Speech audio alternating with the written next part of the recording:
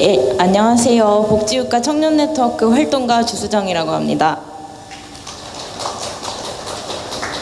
예, 비를 뚫고 이 자리에 와주신 여러분 진심으로 감사하다는 말씀 먼저 드립니다.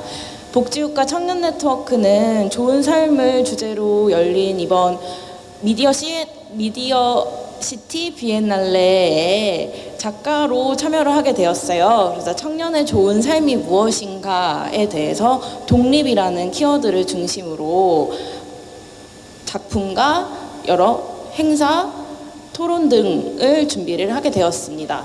그래서 먼저 그 3층의 전시장에서 저희 작품을 보셨는지 모르겠는데요. 네, 저희가 좋은 삶, 그리고 청년에게 좋은 삶이 무엇인지를 탐구를 하면서 지난 여름부터 15명의 청년들을 만나서 좋은 삶에 대해서 고민을 나눈 바 있습니다.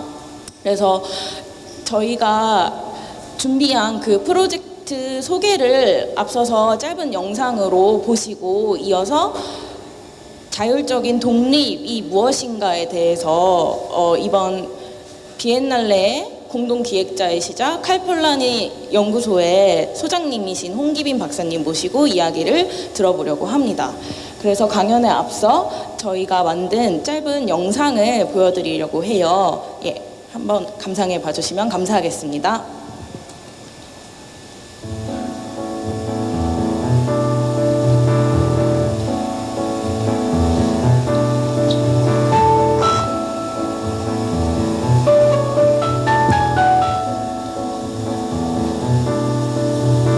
좋은 삶이란 무엇일까? 그리고 청년에게 좋은 삶이란 무엇일까?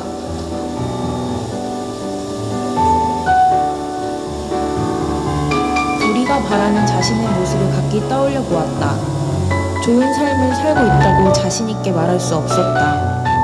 현재의 삶에 소소한 불만을 가진, 앞으로는 삶이 더 나아지기를 바라는 평범한 사람들이었다. 독립을 하면 좀 달라질까? 취업을 못해서인가? 취준생인 나는 이렇게 말했다. 에이, 아니야. 취직해도 별거 없어. 나도 결혼해야 되고 힘든 거 다 똑같아. 회사원인 나는 이렇게 말했다. 취업을 혹은 결혼을 조건으로 하는 독립 앞에서 우리는 모두 쪼그라들었다. 조건부 독립을 원하는 건 아니구나. 일방적으로 정해진 단계들이 좋은 삶을 구성하는 건 아닐 수도 있겠구나. 여러 논의 끝에 우리는 청년의 좋은 삶에 대한 단서를 토대로 우리를 힘들게 하는 독립의 개념을 다시금 정의해보기로 하였다.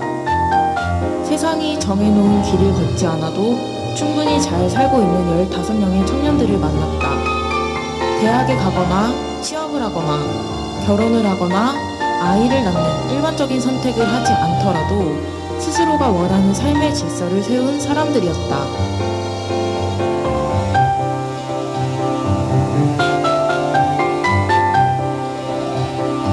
중요한 것은 어딘가에서 벗어나는 것도 일방적으로 정해진 퀘스트를 깨는 것도 아닐 수 있다. 누가 뭐라든 간에 나 스스로가 충분히 잘 살고 있다고 말할 수 있다면 그것이야말로 진정한 독립이지 않을까? 물론 충분히 잘 산다는 게 어떤 건지 좋은 삶이 무엇인지는 아직 잘 모르겠다. 어쩌면 그건 감히 내가 알 수 없는 문제인지도. 그래서 여러분 모두에게 질문하고 싶다. 당신에게 좋은 삶이란 무엇인가?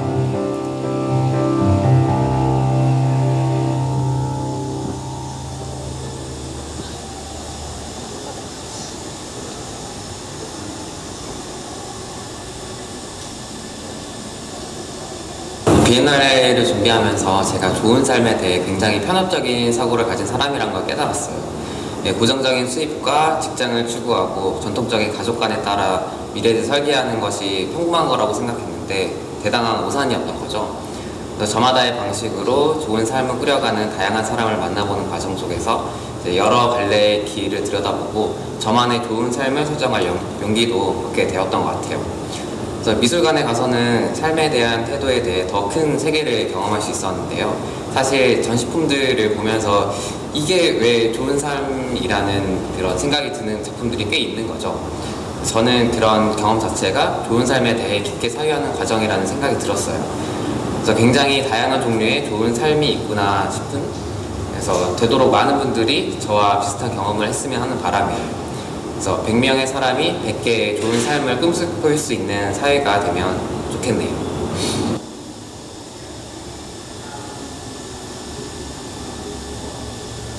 청년들이 스스로 독립한다고 말했을 때 보통 부모로부터의 그런 물질적 의미와 정서적 의미에서 독립으로 나눠가지고 생각해보는 게 많은 것 같아요. 물론 그러한 생각이 틀리지 않다고 생각합니다. 네, 하지만 조금 더 그 지점에서 나아가자면 독립이랑 깊이 있는 자기 이해와 확고한 자기 신념, 관점이 굳건해졌을 때 비로소 독립을 했다라고 저는 생각을 해요. 예를 들면 스스로의 행동에 책임을 지는 것, 자기의 생각과 의견이 남들과 그런 남의 말에 쉽게 흔들리지 않는 것, 그리고 일관성 있는 생각과 행동들, 이러한 것들이 앞서 말한 자기 이해와 성찰들이 이루어졌을 때 나오는 모습이라고 생각을 해요. 청년층의 한 사람으로서 독립에 대해서 생각해보면 좀 막막하다는 느낌이 있어요. 그래서 경제적으로는 독립이 불가능한 상황인데 심리적이나 정서적으로는 부모님과는 좀 다르거든요. 그래서 갈등도 생기는 측면이 있고, 그럴수록 독립이라는 것이 굉장히 하고 싶으면서도 불가능하다는 그런 답답함이 생기는 것 같습니다. 학교를 다니면서 자취나 하숙을 한다고 하더라도 결국은 경제적으로는 독립된 상황이 아니니까 그 사이에서 생기는 괴리감이 청년 독립이라는 단어가 긍정적으로만 들리지 않게 만든다고 생각합니다.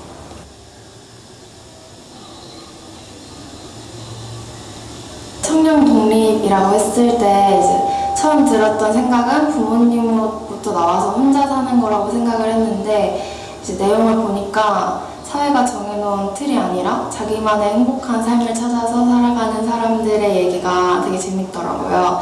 그리고 또 좋은 삶이 뭐냐고 물어봤을 때 뭔가 명확한 대답을 해야 할 것 같아서 어려웠는데, 거기 전시장에 있던 좋은 삶에 대한 공책에 쓰여진 사람들의 답을 보면서 좋은 삶이 큰 게 아니라 그냥 진짜 내가 좋아하는 걸 보고 만지고 하는 사소한 일들이 될 수도 있다는 걸 느끼게 되는 계기가 되었습니다.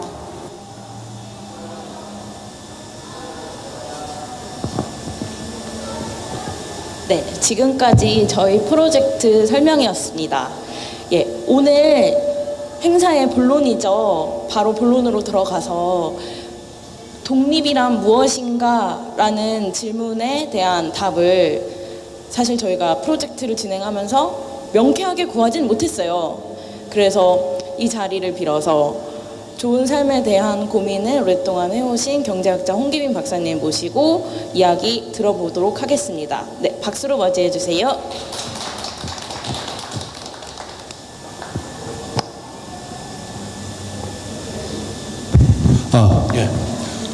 이렇게 비를 뚫고 와주셔서 대단히 감사합니다. 이게 참 제가 준비한 말씀이 좀 그럴 가치가 있어야 될 텐데 막 두려움이 생기는군요. 그러니까 이렇게 어렵게 모였으니까 그냥 좀 말씀이 좀 허접해도 좀 박수 좀 그냥 잘 이렇게 들으시면 감사하겠습니다. 제가 오늘 준비한 얘기는 조금 갈등이 좀 있었는데요. 요 다음 주에 일요일입니다. 그러니까 다음 주 일요일에 데이비드 커티스라는 사람하고 클라라 맥스웰이라는 사람의 이 무용상연하고 강연이 있어요.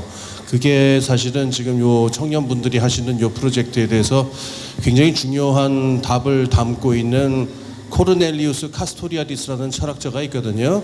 그 사람의 글들을 다 영어로 번역한 사람이에요. 데이비드 커티스는. 그래서 그분이 와서 강연하는 얘기가 이제 무의미성에 대한 이야기가 나오는데, 갑자기 대바람에 그게 나오면 너무 좀 어려울 것 같아서 제가 오늘은 그 얘기를 왜 하는가의 준비로서 설명을 좀 드리려고 했습니다. 그건 뭐냐면은 좋은 삶이라고 하는 것하고 무의미성의 문제, 이렇게 얘기를 할 수 있습니다. 굉장히 철학적으로 좀 난해하게 들리실지 모르겠습니다만 들어보시면 아무것도 아닙니다. 아주 평범하고 평이한 얘기인데요.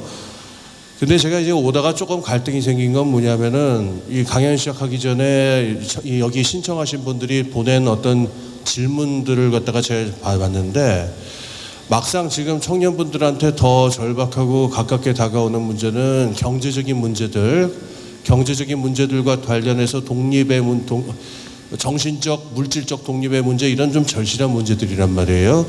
그래서 이런 구체적이고 절실한 문제를 갖고 있는 양반들 모셔놓고서 뭐 무의미성이 어쩌고 얘기하는 건 뭔 의미가 있나, 그야말로 뭔 의미가 있나, 갈등이 조금 돼가지고 에휴 다 때려치고 그냥 돈께선 가서 그냥 돈 얘기나 할까 하는 생각도 해봤는데, 제 또 원래 경제학자 아닙니까? 그래서 약간 갈등은 했습니다만은 그냥 원래 계획을 고수하기로 했어요. 왜 그러냐면은 제가 지금부터 할 얘기를 전제로 하지 않고서 그냥 돈 얘기라든가 경제적 독립 뭐 이런 얘기 나오면요, 그냥 그 시중에 놔두던 그 허접한 그냥 흔해 빠진 그 증문즉답 이런 얘기 이상을 얘기를 할 수가 없습니다. 그래가지고 제가 먼저 조금 철학적이라고 그럴까, 좀 기본이 되는 얘기를 먼저 깔아놓고 이따 질문을 하는 시간에 제가 경제적인 문제들하고 이게 어떻게 연결이 되는지는 좀 설명을 하는 방향으로 하겠습니다. 자, 그래서 좋은 삶이라는 말하고 무의미성이라는 말하고 제가 연결해서 생각을 할 텐데요. 좋은 삶이라고 하는 질문, 모두 어떤 인간이든 그 삶의 궁극적인 목적이 좋은 삶이라고 그러는 거는 예외가 없습니다. 여기 토를 달 사람도 없습니다. 심지어 예수님이나 부처님처럼 아주 특이한 분들이라 하더라도 그분들 나름의 좋은 삶을 추구하면서 살았다는 점에서는 저랑 똑같아요. 이렇게 해서 이제 동급을 먹는 겁니다, 제가. 그래서 다 그놈인 겁니다, 예수님이나 저나. 그 점에 있어서는.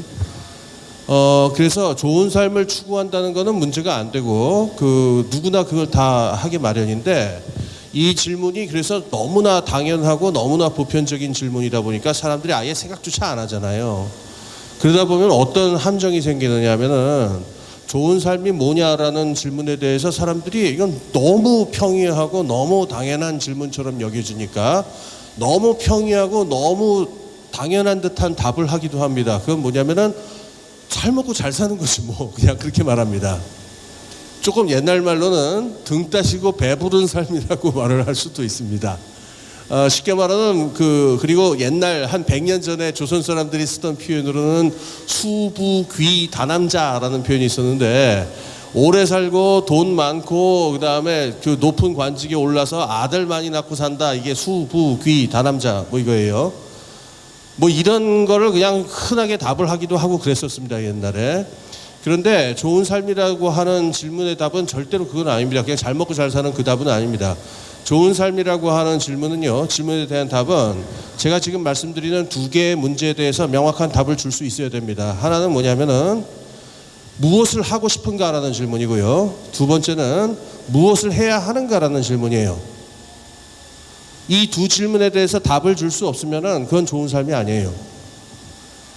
자, 이 두 질문은 굉장히 독립적인 질문입니다. 무엇을 하고 싶은가 하고 무엇을 해야 하는가라고 하는 질문은, 그러니까 고등학교 때 가령 무슨 축제를 한다 그래가지고 축제가 얼마 안 남았다 해서 락밴드 하는 친구들이 이제 며칠 있으면은 인근 여고생들이 몰려온다. 밤새 우리 연습하자. 그거 못 말립니다. 아무도 못 말려요. 선생님도 못 말리고 부모님도 못 말리고. 그건 하고 싶은 겁니다.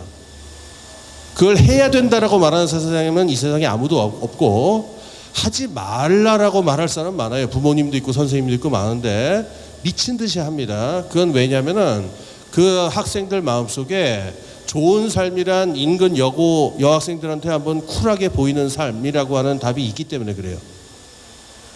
그러니까 제가 지금 말한 것처럼 철학적으로 그 친구들이 생각을 하지는 않겠지만은 내가 뭘 해야 되는가, 온몸을 던져서 하고 싶은 게 뭐냐에 대해서 명쾌한 답을 주는 부분이 분명히 있다는 얘기예요. 그때 비로소 그 사람은 좋은 삶이 뭐다라는 걸 알고 있다고 말할 수 있어요. 그 다음에 하고 싶든 하고 싶지 않든 해야 되는 게 있습니다. 근데 여기에 대해서 또 명쾌한 답을 주는 어떤 말이 있다면은 그건 좋은 삶에 해당하는 말입니다. 제가 옛날에 대학교 때 대학을 이렇게 87년에 제가 대학을 들어갔는데 하필이면 87년이었습니다. 얼마 전에 1987년이라는 영화 보셨는지 모르겠는데 거의 뭐 강동원도 나오고 그러죠. 예. 저도 운동화 신고 다녔습니다. 예. 하여튼 그랬는데 운동화를 신고 제가 대학을 들어갈 때 꿈꾼 대학 생활은 그런 건 아니었어요. 운동화를 신고 들어가서 강동원까지는 아니더라도 뭐 김태리까지는 아니라 하더라도 여러 그러니까 여학생들 많이 사귀고 재밌게 놀자 이러고서 저는 대학을 들어간 건데 대학 들어가자마자 이 못된 선배들이 저를 데려다 놓고 무슨 광주 때 사진 뭐 이런 5만 가지 이런 걸 막 배줘요. 그러니까 이제 불쌍한 저희 때 대학 들어간 불쌍한 세대들은 뭐냐면은 그 데모 나가가지고서 경찰들한테 두드려 맞고서 감옥 가고 고문되고 구속되고 이런 걸 좋아할 사람이 세상에 누가 있었겠어요. 근데 그때 그 세대의 많은 사람 숫자는 뭐냐면은 그냥 예쁜 옷 입고 예쁜 옷 차려입고 그 저기 기차 타고 신촌에서 기차 타고 백마 가가지고서 MT라 가고 싶다 뭐 이런 생각들을 했음에도 불구하고 그냥 눈물을 찔찔 짜면서 그냥 데모하러 나가고 그랬거든요. 그건 뭐냐면은 뭘 해야 된다. 이걸 하고 싶든 하고 싶지 않든 이건 꼭 해야 되는 거다라고 하는 뭔가 강력한 뭐가 있었기 때문인데 그거는 다르게 얘기하자면은 이 대한민국이라는 나라가 이런 나라가 돼서는 안 된다라고 하는 뭔가 강력한 어떤 적이 있었던 거죠. 그러면은 그것도 그 사람에게는 좋은 삶이 뭐냐라고 하는 거에 대해서 굉장히 강력한 답을 주는 답이 있었던 겁니다. 그래서 지금 말씀 두 가지 질문, 즉 내가 무엇을 하고 싶은가라는 질문, 그다음에 내가 무엇을 해야 하는가라는 질문, 이게 결국 인간 행동의 제일 근본적인 두 문제잖아요. 이 두 문제 중에 최소한 하나에 대해서라도 답을 줄 수 있는 어떤 답을 가지고 있다면은 그게 좋은 삶이 무엇이냐에 대한 답입니다. 즉 좋은 삶이란 무엇인가는 등 따시고 배부르게 사는 삶이 아니라 내가 무엇을 해야 하는가 혹은 내가 무엇을 하고 싶은가라는 질문에 대해서 답을 주는 이야기예요. 그런데 문제는 뭐냐면은 지금 우리가 21세기 지금 우리가 처한 문제는 그리고 지금 청년들의 독립 이야기가 나오는 문제의 맥락은요. 단순히 돈이 없다 이런 문제가 아닙니다. 제가 보기에는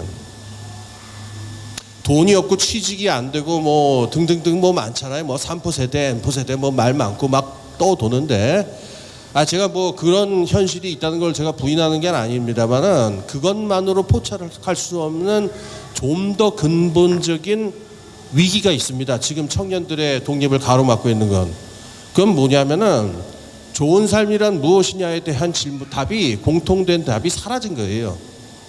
제가 보기엔 개인 차원에서도 사라졌고 집단 차원에서도 사라졌습니다. 그렇게 되면은 내가 무엇을 해야 하는가라고 하는 질문에 대한 답도 찾기 힘들고 내가 무엇을 하고 싶은가라고 하는 질문에 대한 답도 찾기 힘들어져요. 그 순간을 뭐라고 하냐면은 카스토리아디스 같은 사람 철학자들이 무의미성이라고 부르는 순간인데 절에 가면 스님들이 쓰는 용어 중에 무간지옥이라는 말이 있어요. 제가 보기엔 굉장히 가까운 말이고 그 다음에 유태교나 기독교 전통에 보게 되면 구약 성경에 어떤 말이 나오면은 무저갱이라고 하는 표현이 나와요. 그 영어 성경에 보면 bottomless pit이라고 그래가지고 바닥이 없는 이 구덩이다, 웅덩이다 이런 얘기가 나오는데 이게 무의미성에 빠져 있는 상태의 고통을 표현하는 말들입니다. 제가 볼 때에는 지금 문제가 되는 거는 돈이 없고 취직이 안 되고 여러 가지 경제적으로 어려운 것도 있지만 인생에 있어서 무엇을 하고 살아야 하는가 또 내가 무엇을 하고 싶은가라는 질문에 대해서 전혀 아무도 답을 주지 않는 이게 지금 문제의 근원이에요. 제가 이 문제가 어떻게 나타나고 있는지 증후적으로 나타나고 있는지를 그냥 보여드리기 위해서 세 가지 질문을 제가 준비를 했습니다. 이 질문에 대해서 이제 여러분 아마 들으시면 느끼시겠지만은 누구도 쉽게 답을 할 수 없는 질문들인데요. 이걸 누구도 쉽게 답을 할 수 없다는 상황이 굉장히 어처구니 없는 상황이구나라고 하는 것을 조금 있으면 느끼시지 않을까 싶습니다. 그 세 가지 질문 중에 첫 번째 질문부터 한번 던져볼게요. 출산율은 올라가야 되나요? 안 올라가도 되나요? 지금 사회적으로는 어떻게 되어 있냐면은 출산율 안 올리면 몇십 년에 뭐 한국 민족이 소멸한다 그래고 막 난리가 났어요 지금. 그래가지고 그래서 이게 무슨 씨 뿌리기 운동을 하자는 건지 뭔지 모르겠는데 막 그러고 있어요. 근데 제가 물어볼게요. 우선 이 두 가지 질문으로 나눠서 해봅시다. 여러분들 이미 다 낳으신 분들은 그렇다 치고 아직 안 낳으셨거나 아직 결정을 안 하신 분들 한번 마음속으로 한번 대답해 보세요. 낳고 싶으세요? 자, 그 다음에 그럼 두 번째 질문을 한번 던져보세요. 낳아야 될 것 같아요? 저희 친할머니, 저희 모두 왜 할머니가 두 분 계시잖아요. 저의 친할머니는 13명을 낳으셨고 저의 외할머니는 11명을 낳으셨어요. 물론 다 살아남지들은 않았습니다. 우리 그 이모님, 숙부님들이 많이 어렸을 때, 아기 때 돌아가시고 그랬는데 13명을 낳는 어떤 여성이 13명을 낳는다라는 얘기는 뭐냐면 가임 기간 동안 풀로 신체를 갖다가 그렇죠. 그러니까 그 얘기는 뭐냐면은 저희 두 분의 할머니 분께서는 누가 아예 그런 질문을 하지도 않으셨겠지만은 여자의 좋은 삶은 당연히 애를 많이 낳아서 많이 기르는 것이라고 생각하셨던 것 같아요. 제 추측에는. 안 그러면은 13번을 목숨을 걸고 애를 낳는다는 일이 가능키는 하겠어요? 그러니까 저희 할머니 세대는 애를 낳고 싶어 하셨던 거란 얘기고, 만약에 저희 할머니한테 애를 누가 낳지 못하게 만든다고 그러면은 아마 온몸으로 저항을 하셨을 거고 애를 낳기 위해서 온몸으로 정말 모든 노력을 다 하셨을 것 같아요. 근데 지금 그게 바뀌었죠. 자, 그 다음에 사회적으로 애를 그럼 낳아야 하느냐라고 하는 문제인데, 경제학에서는 뭐라고 그러냐면은 잠재적 성장률이 올라가야, 인구가 많아야 잠재적 성장률이 올라가고, 잠재 성장률이 올라가야 경제 성장이 많이 되고, 경제 성장이 많이 돼야 일자리가 많이 창출이 되기 때문에 아이를 많이 낳아야 일자리가 많이 창출된다, 이렇게 답해요. 근데 아이 안 낳고 일자리 안 만들면 되지 않아요? 무슨 얘기인지 아시겠어요? 그러니까 그렇게 해서 일자리를 많이 창출하는 게 궁극적인 목적이라고요. 그런데 그렇게 해서 달성하려고 하는 게 결국 사람들한테 일자리를 주기 위함이라면은 아예 처음부터 인구가 줄어버리면은 노동시장에서의 경쟁도 줄어들 거 아니에요. 지금 우리가 일본에서 보고 있는 상황이 뭐냐면은 출산율 줄여가지고 뭐 난리가 날 것처럼 그랬는데, 뭐 일본의 노동시장이 좋은 상황이라는 말은 전혀 아닙니다. 거기 나름의 문제가 있고 고통이 있고, 그런데 실업의 취업 가지고서 절망하는 부분에 있어 가지고서는 분명히 우리나라 노동시장하고는 다른 양상이 있어요. 그러면 어떤 학자들은 어떻게 말하냐면은 지금 그 출산율이 줄어드는 현상이라는 건 우리나라에서만 나타나는 게 아니라 모든 그 발달된 산업국에서 동일하게 나타나는 현상인데, 이걸 굳이 출산율을 올리려고 그럴 게 아니라 저출산이라고 하는 것이 하나의 인류가 진화하는 양상으로 보고 이것에 맞도록 사회를 재설계하는 게 옳지 않느냐, 이렇게 주장하는 사람들도 많아요. 자, 지금 어떻게 됐냐면은 전 세계적으로 인구 증가율은 다 떨어집니다. 인구는 계속 늘고 있어요. 증가는 계속 되고 있는데 증가의 속도는 늦춰지고 있어요. 그래서 아마 2100년경이나 이때쯤부터는 그때까지 지구가 망하지 않는다면 그때쯤부터는 감소로 줄어들 거다라고 얘기를 하고 그러는데, 인구 증가율이 왜 어째서 아프리카든 아시아든 어느 지역을 예외하지 않고 인구 증가율이 다 줄어드는 일이 나타나는 이유가 뭐냐? 여기에 대해서는 여러 가지 논의가 있는데요. 그중 가장 유력한 학설이 혹시 뭔지 뭐냐면은 저도 듣고서 굉장히 놀랐는데, 유엔 산하의 그 연구, 오랫동안 한 20년 동안 리서치를 한 연구 결과인데, 이유는 텔레비전이었다라는 겁니다. 그건 뭐냐면은 텔레비전이 전 세계로 보급되면은 아프리카에서 7명씩 8명씩 낳고 기르던 여성들도 텔레비전으로 뭘 보냐면 섹스 앤 더 시티 같은 드라마를 보게 돼요.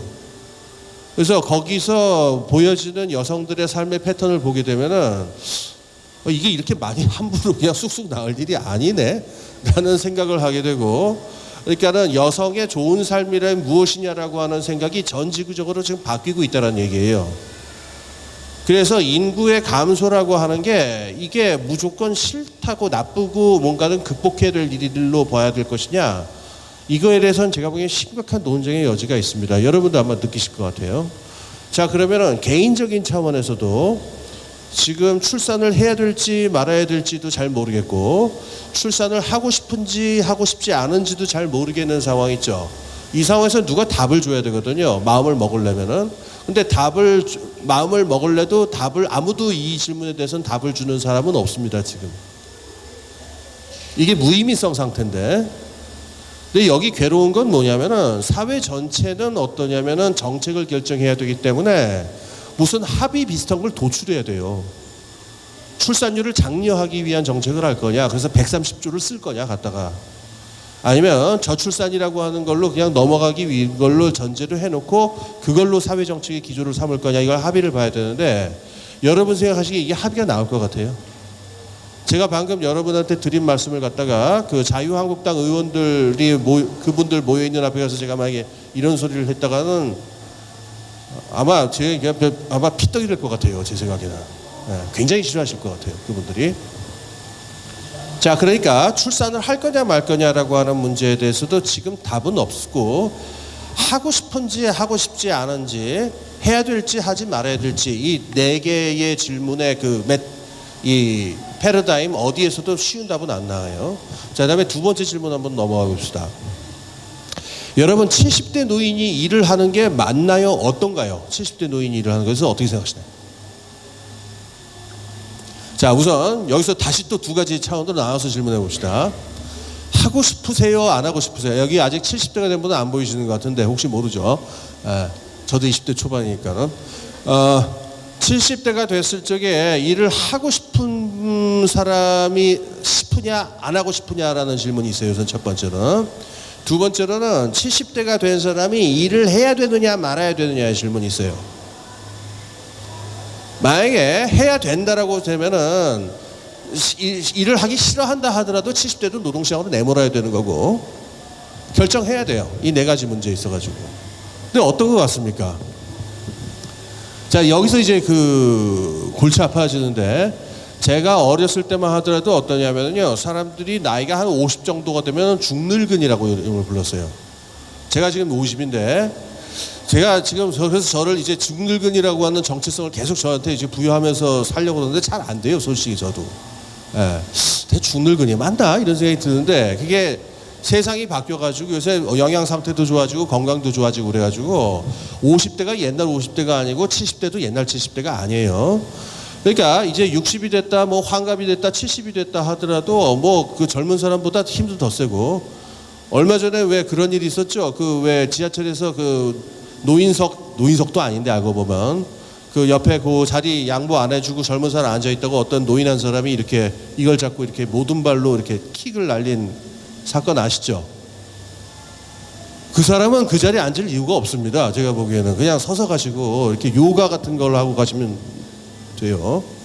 그러니까 지금은 나이가 60이 되고 70이 돼도 몸이 예전하고 다르기 때문에 일을 할 수 없는 게 아니에요. 그래서 어떤 얘기들을 많이 하냐면은 이 본인 당사자들 스스로가 집에다가 60대 가지고 정년퇴직해서 집에 그냥 앉혀놓으면은 야, 속에서 황불이 난다. 나 이거 노인정도 하루 이틀이지. 그리고 노인정 가면 맨날 막내라고 맨날 물 떠오라고 시키고 뭐 이상한 것만 시키니까 가기도 싫고, 그러면은 이 양반들이 일을 하고 싶다라는 얘기를 한단 말이죠. 그리고 실제로 여러분 지금 60, 70대인 분들한테 마이크를 들이대 보세요. 일하고 싶으시냐고 물어보세요. 대부분 하고 싶다고 그럽니다. 그래서 여기서부터 이제 어려운 거죠. 그 다음에 근데 반대로 이렇게 얘기할 수도 있죠. 그럼 60 넘은 사람이 일을 하는 건 맞는 거냐, 쉬어야 되는 거 아니냐. 여기 답이 있나요? 70 넘은 사람이 일을 해야 된다 말아야 된다? 여기서 어떻게 됐냐면요, 20세기 중반의 산업사회에서 만들어진 룰은 60세, 65세 넘은 사람은 일을 시켜서는 안 된다라는 합의가 만들어진 거예요. 가장 극명한 경우를 하나 말씀을 드릴게요. 프랑스 철도 노조의 경우에 기관사들 연금이 무지무지하겠었는데, 이유가 뭐냐면은 그 연금 스킴이 만들어진 게 1940년대 후반이에요. 근데 그때는 주로 증기기관차였고 기관사들이 주로 하는 거는 하루 종일 석탄을 다루는 일이었어요. 그러다 보니까는 폐가 남아나질 않습니다. 그래서 광부랑 비슷한 상태가 되기 때문에 한 55세나 60세 정도의 정년을 맞게 되는데, 그리고 나서 기껏 살아봐야 5년 살고 죽는 경우가 많았대요. 그러니까 죽기 전에라도 좀 맛있는 거 먹고 좋은 데 다녀라 그래가지고 그 연금을 굉장히 스킴을 후하게 만들어 놨었는데, 이 조금 있다가 기관차가 디젤로 바뀌고 요새는 전기로 가잖아요. 그러니까 이제 뭐 한없이 삽니다. 계속 한없이 사니까. 그러면은 옛날에 그리고 참고로 비스마르크가 65세부터 노인연금을 주겠다고 그랬잖아요. 그 당시에 65세를 넘기는 사람은 인구의 4%인가 이거밖에 안 됐었대요.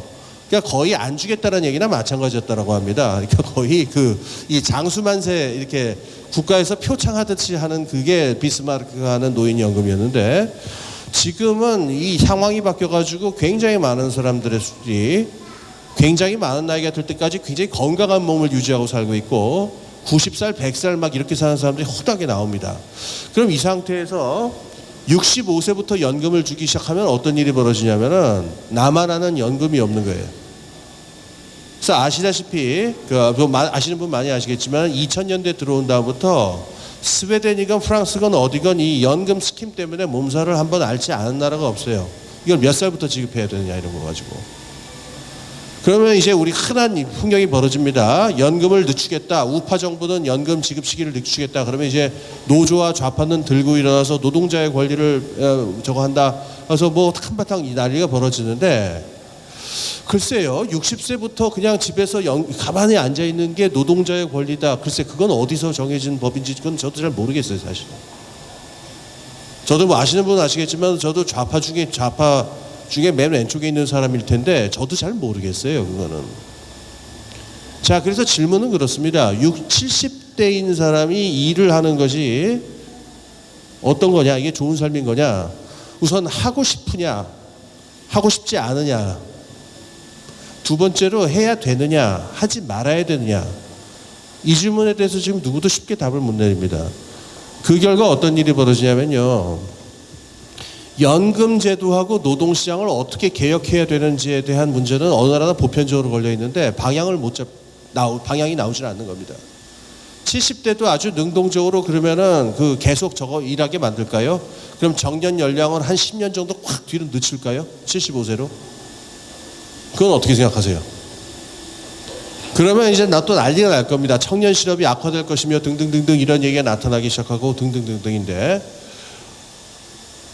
이 문제에 대해서 그러면은 누군가는 나침반이라든가 좌표를 가지고 문제를 정리를 해서 이게 하기 싫은 사람이라도 해야 될 무엇이 있다라고 말을 하든가 아니면 사람들이 하고 싶은 어떤 방향으로 합의를 몰고 가든가 둘 중에 하나는 해야 되는데 어느 쪽으로도 지금 방향이 안 보여요. 그래서 혼란 상태만 지금 계속됩니다. 이런 게 무의미성입니다. 자, 마지막 하나만 더 예를 들게요. 1인 가구가 굉장히 많이 나타나고 있습니다. 지금 그냥 놔두면은 2030년에는 한 2030년에는 인구의 한 40%에 육박할 거다라고 하는 얘기예요. 지금 추세로 나가면은. 이건 대단한 얘기입니다. 인구의 40%가 1인 가구다라는 얘기는. 그러면은 그 전까지의 가족 정책이나 사회 정책은 어떠냐면은 1인 가구라고 하는 거를 그렇게 좋은 현상으로 보지 않는 경우도 많았어요. 왜냐면은 비용도 많이 들고 1인 가구 그 규모의 경제 때문에.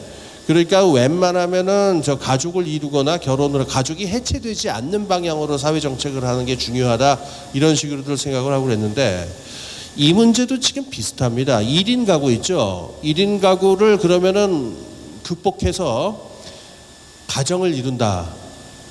여러분 속으로 다시 한번 그 두 개의 질문 한번 던져보십시오. 하고 싶으세요? 그러니까 1인 가구를 하고 싶다 이렇게 던질 수도 있고 1인 가구 상태에서 벗어나고 싶다라고 던질 수 있는데 어떤 식으로든 우리들 스스로가 하고 싶어 하는 바는 뭔가요? 이 1인 가구 문제에 있어가지고 굉장히 애매합니다. 사람마다 다르고. 그 다음에 두 번째로 뭐냐면은 1인 가구 하면 안 되나요? 1인 가구가 인구의 40%가 1인 가구라고 그러면은 1인 가구를 노멀한 정상적인 가정인 형태로 보는 게 오히려 더 맞는 게 아닐까요? 그래서 미래의 사회를 설계할 때는 1인 가구 그러니까 우리가 통계를 보면 어떤 재미난 현상이 나오냐면요. 얼마 전에 이코노미스트지에서 본 굉장히 재밌는 통계였는데 여성들의 출산율에 대해서 이런 자료를 구할 수 있는 산업국가 한 5개를 구해 보니까 똑같은 패턴이 발견이 되는데 20세기 초반에는 자식을 낳지 않은 출산을 하지 않은 여성의 비율이 한 20% 정도로 굉장히 높았습니다. 왜 그랬냐면은 그 당시에는 여성이 아이를 낳는다는 게 저절로 되는 게 아니었고 특히 하층 계급의 경우에는 하녀 생활을 열심히 한다든가 또 도제 생활을 열심히 한다든가 해서 어느 정도 삶의 터전을 만들어 놓고서 애를 낳을 수 있는 거였기 때문에 누구나 다 애를 낳을 수 있는 게 아니었대요. 그래서 그 당시에는 아이를 낳은 게 여성들의 자랑이고, 특히 하층계급의 경우에 여성들의 자랑이고 긍지고 이랬어요. 그러다가 어떻게 되냐면은 20세기 중반에 산업사회로 들어가게 되면, 그러니까 공장굴뚝사회, 산업사회로 들어가게 되면은 그 핵가족 있죠. 일부 일처제의 노동계급의 가족 형태가 핵가족 형태가 가장 지배적 형태가 돼요. 아빠, 엄마, 애 둘. 그리고 아빠가 받는 임금은 생활임금, 그러니까는 4인 가족이 살아갈 수 있는 생활임금.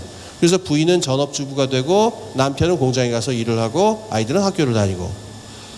그러니까 요런 하나의 요게 말하자면 20세기 중반에 복지국가 처음에 설계되기 시작할 적에 하나의 표준과 규범이 되는 가족의 형태였었는데 21세기에는 그걸 바꿀 때도 되지 않았는가라고 하는 질문이 생긴다는 얘기입니다. 이렇게까지 1인 가구가 늘어나고 핵가족이라고 하는 것까지 지금 해체되고 있는 상태라고 한다면, 그런데 여기에 의외의 질문을 하나 제가 던져보겠습니다. 특히 그 1인 가족을 원하시는 분들, 난 그냥 죽을 때까지 1인 가족으로 살겠다 하시는 분들은 이 질문이 한이 더 재밌을 것 같습니다. 뭐냐면은 고독사 하고 싶으세요? 어떠세요? 제가 대화를 하다가 충격적으로 느낀 점은 뭐냐면은 고독사라고 하는 걸 다 싫어해요, 사람들이. 사회적으로도 끔찍한 비극인 것처럼 이야기를 하고, 우리 나 고독사 하고 싶어 하는 사람들 한 사람도 못 봤어요. 근데 여기서 뭐 제 개인적인 취향을 밝히자면 그렇습니다만, 저는 고독사가 사실 꿈인데, 돈만 많다 그러면은 우주로 날아가는 그 1인용 우주선 같은 거 갖고 타고서 그냥 죽을 때 그거 타고서 안락사에서 그냥 갔으면 좋겠어요. 근데 제가 뭐 제 뒤를 따르라 이런 말씀은 전혀 아니고 무슨 얘기냐면은 죽음의 의미에 대해서 어떤 게 남아있냐면, 지금 사람들 머릿속에 죽을 때 옆에 아무도 없는 것은 굉장히 비참하고 불행한 일이다라는 관념이 모두를 지배하고 있는 거예요. 이게 맞는 건지 틀리는 건지 모르겠는데. 근데 여러분 가만히 생각해 보세요. 1인 가족에 맞는 죽음의 형태는 뭐겠어요? 당연히 고독사 아니에요? 아니 그게 옳다는 얘기는 아닙니다. 이렇게 말을 보니까 뒤에 어떤 분이 막 웃고 계시는데, 저랑 제 얘기는 상관없이 웃고 계시는 것 같긴 합니다. 근데 저도 말하다 좀 웃겼습니다. 그 1인 가족의 논리적인 비결은 1인 가족은 마땅히 도독사를 한다. 이렇게 말하니까 굉장히 소름이 끼치는데, 저는 별로 안 끼칩니다. 죽을 땐 어차피 혼자 죽는 거니까 뭐 옆에 있어봐야 소용도 없고, 그 죽기 며칠 전에 그냥 같이 그 뷔페 레스토랑 모여서 같이 한번 마지막으로 먹고 헤어지면 끝나는 거니까, 죽을 때 좀 뷔페는 좀 부담스럽겠다. 하여튼 그래가지고 그 죽을 때는 그냥 어차피 혼자 죽는 거니까 고독사 상관이 없을 것 같은데, 고독사라고 하는 상태를 바람직한 상태다 또는 나의 죽음의 나의 꿈이다라고 생각하는 사람 한 사람도 못 봤어요. 그건 왜 그런 거예요? 여기는 뭐냐면 죽음이라고 하는 것의 의미하고 가족이라고 하는 것의 의미에 대해서 아직 의미 정리가 안 됐다는 걸 뜻해요. 가족은 없이 살 수 있을 것 같다. 가족이 없더라도 1인 가구라 하더라도 꼭 물리적인 어떤 혈연적인 가족이 아니더라도 뭐 이리저리 공동체를 만들 수도 있고, 나 혼자 사는 게 좋다. 나는 혼자 사는 게 좋다. 이런 것들은 나타나는데, 이런 의미 기호들은 나타나는데, 나는 고독사가 좋다라는 의미 기호는 난 아직 한 번도 못 봤어요. 근데 여러분 혹시 나리야마 부시코라는 일본 영화를 보셨는지 모르겠는데, 거기 보면 이른바 고려장이라는 게 나옵니다. 그러니까 식량이 부족한 농촌에서 나이가 한 80, 90 넘어갖고 생산에 전혀 기여를 할 수 없게 된 노인이 혼자 산 위로 기어 올라가고 그냥 호랑이의 밥이 되는 거예요. 이른바 고려장입니다. 그야말로. 근데 나중에 그 아들이 도저히 엄마를 두고 내려올 수가 없었고 엄마를 다시 끌고 내려가려니까 엄마가 화를 내면서 나가라고 이게 쫓아내는 장면이 있어요. 그 할머니는 뭐냐면은 바람직한 죽음이라고 하는 거는 여기서 이렇게 짐승에게 잡아먹히는 것이라고 하고는 생각을 갖고 있었던 거예요. 적어도 영화 안에서는. 호러블하죠.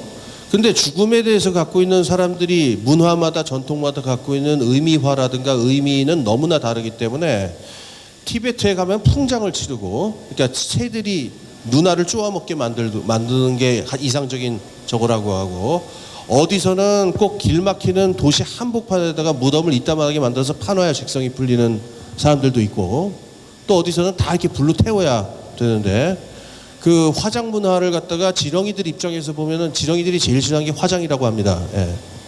저 맛있는 음식을 왜 태우나 그잖아요. 그러니까 여기서 지금 가족하고 가족 생활의 연장으로 마지막으로서의 죽음이라고 하는 것의 의미에 대해서 무엇을 하고 싶은지 무엇을 해야 하는지 이 두 가지 차원 어디에서도 명확한 질문을 주는 의미성은 없는 상태예요.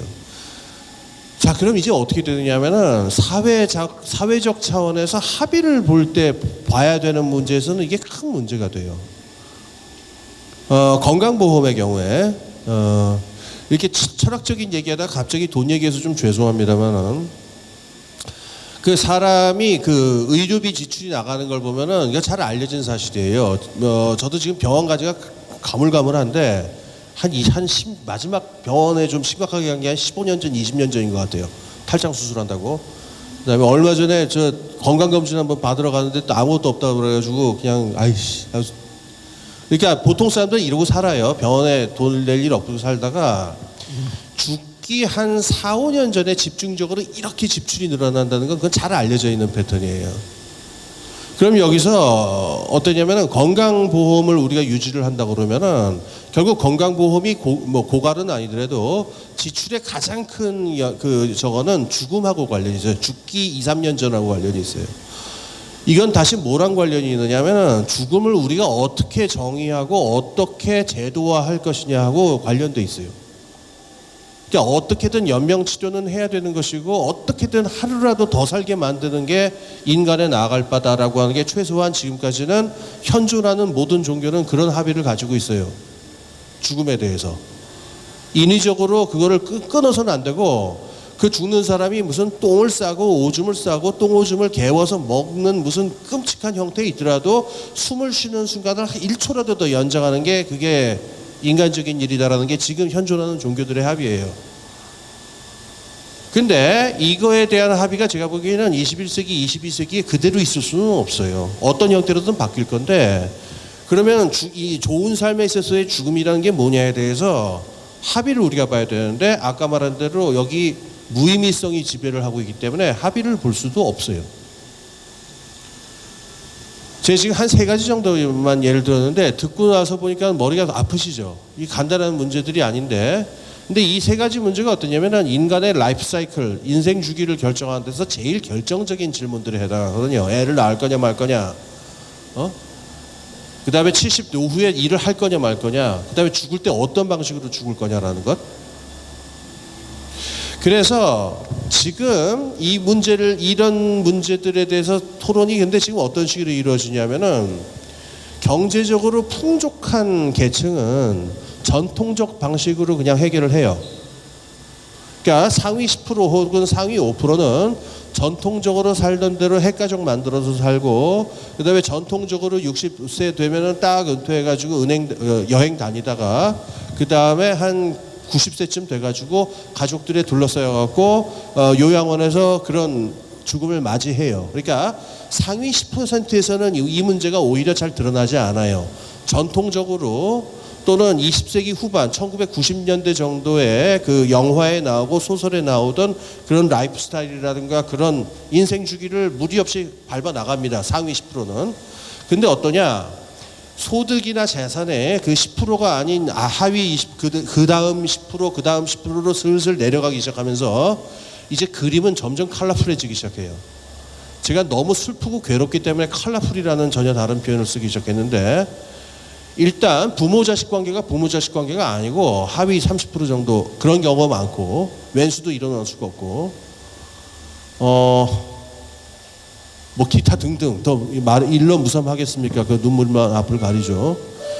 그러면은 가면 갈수록 경제적으로 불평등이 심해지고 노동시장이 파행적이 되고 이런 상황에서 이 상황에서는 어떠냐면은 여기 있는 사람들은 자기가 좋은 사람이라고 믿는 어떤 삶의 형태를 유지하기 위해서는 목숨을 걸고 피땀을 갈아서 정말 일을 해서 한 푼 두 푼 몰아도 그게 될까 말까 한 그런 상황이고 항상 지쳐 있어요. 그리고 그 사람들은 밤에 이렇게 잘 때 내가 노후 준비하려고 태어났나 혹은 내가 애 둘 낳아서 기르려고 태어났는가라는 인생의 허무가 밀려오는데 여기에 대해서 누가 딱히 답을 주지도 않아요.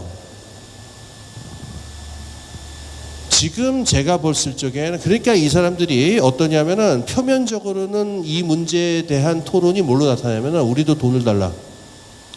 저 상위 10% 보니까 예식장 잡는 것도 문제 없고 신혼여행도 문제 없고 신혼집 잡는 것도 별 문제 없고 그렇더라. 저 상위 10%는 보니까. 근데 우리 하위 10%는 신혼집은커녕 지금 신혼여행도 지금 갈까 말까 한 판이고 등등등 지금 결혼식장도 잡을 수 있을까 말까 하고 등등등이다. 안 되겠다. 돈을 달라. 우리도 저 상위 10%처럼 살고 싶다. 우선 문제는 이렇게 나타나요. 저는 이 문제에 대해서 이 문제도 당연히 그 심각하게 고려해야 되는 문제고 풀어야 되는 문제라고 생각해요. 그 경제적인 불평등을 완화시켜 가지고 이건 뭐 말할 필요도 없습니다. 그런데 제가 드리고 싶은 말씀은 뭐냐면은 여기서 우리의 시야가 멈추게 되면은 얘기는 뭘로 끝나냐면은 그냥 재분배 투쟁 얘기로 끝나요. 복지를 강화해라. 돈 더 달라. 우리 독립해서 살고 싶으면은 독립해서 살고 싶고 자율적인 삶을 살고 싶은데 돈이 부족하다. 돈이 부족한 것도 사실입니다. 많은 경우에 돈 더 달라. 좋습니다. 맞습니다. 다 좋은데 제가 이렇게 질문을 해볼게요. 그러면은 복지가 개선이 되고 그야말로 기본소득이 주어진다 합시다. 어느 정도의 기본소득이 주어진다 하면은 제가 지금 드린 이런 문제들이 해결이 될까요? 제가 보기엔 그렇지 않습니다. 그게 좀 더 근원에는 뭐가 있냐면은 나의 좋은 삶이 무엇이냐, 우리의 좋은 삶이 무엇이냐에 대해서 지금 우리가 합의할 수 있는 의미성이 있잖아요. 그게 지금 날라가 있고 파괴되어 있는 상태라고 하는 좀 더 근원적인 문제가 있습니다. 따라서 제가 지금 이제 드렸던 말씀을 이제 서서히 맺어야 되겠는데 무슨 얘기를 하려고 그럼 이런 골치 아픈 얘기들을 꺼냈느냐. 이 무의미성의 문제는 극복해야 됩니다, 우리가.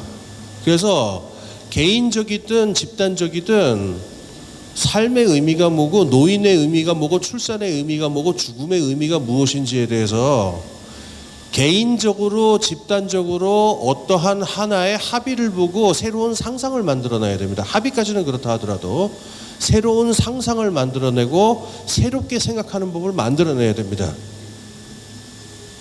그걸 뉴 이미지너리라고 그러는데 그래서 다음 시간에 이제 강연을 할 그 마이클 커티스의 강연 제목이 뭐냐면은 야만에서 무의미성에서 새로운 상상을 향한 투쟁으로 이렇게 됩니다. 연결이 좀 되시죠? 어떤 거냐면요. 아까 제가 말했을 적에 출산을 한다라고 하는 행위가 있고요.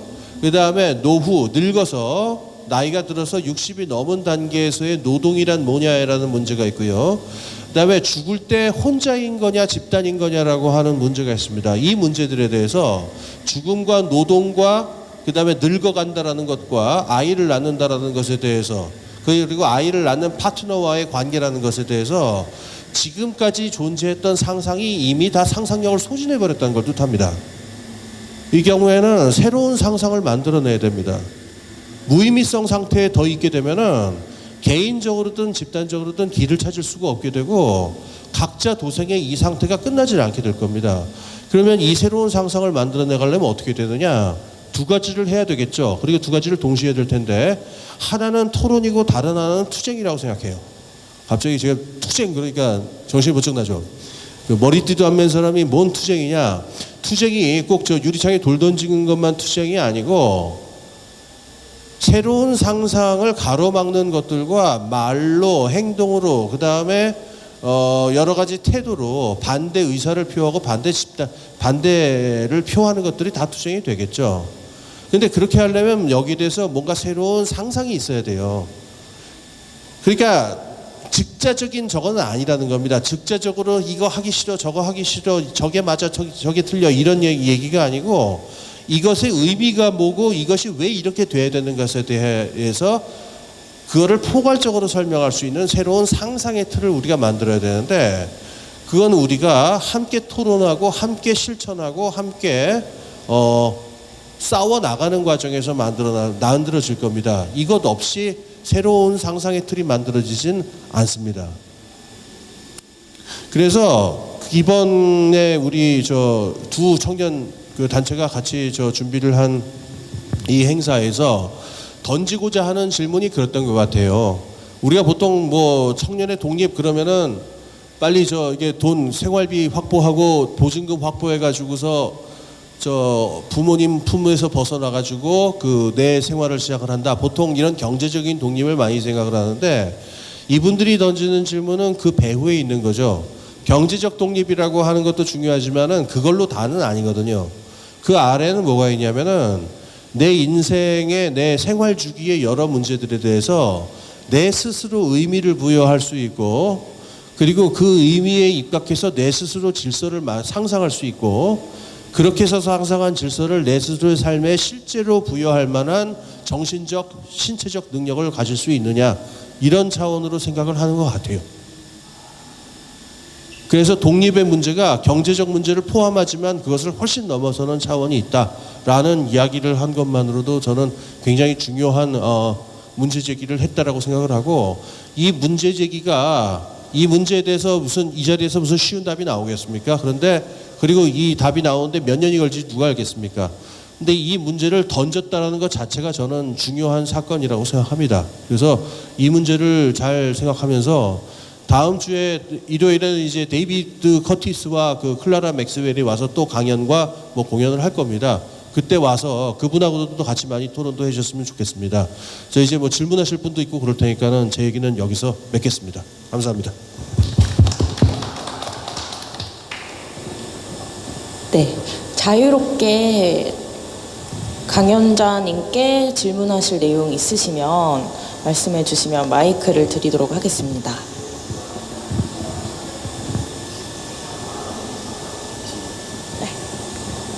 네, 잘 들었습니다. 네.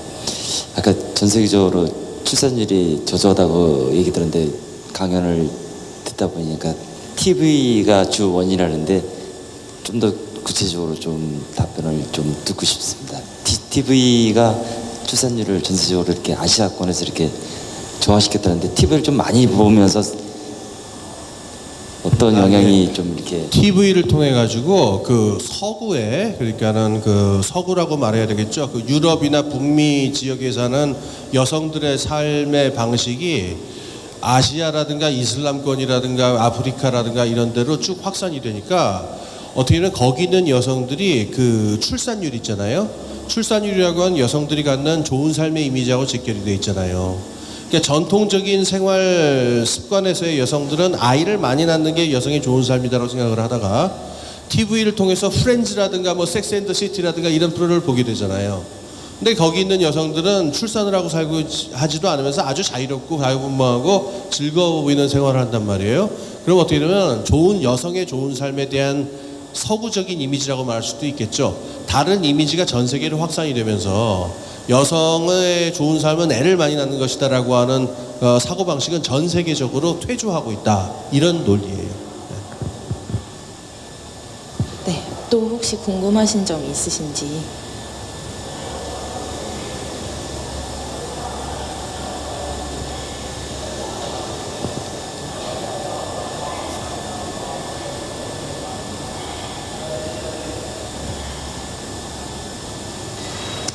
네, 특별한 질문이 없으시다면 저희가 이번 기획을 통해서 그리고 오늘 행사를 통해서 여러분들과 함께 나누고 싶었던 이야기를 좀 나눠볼 수 있었으면 해요.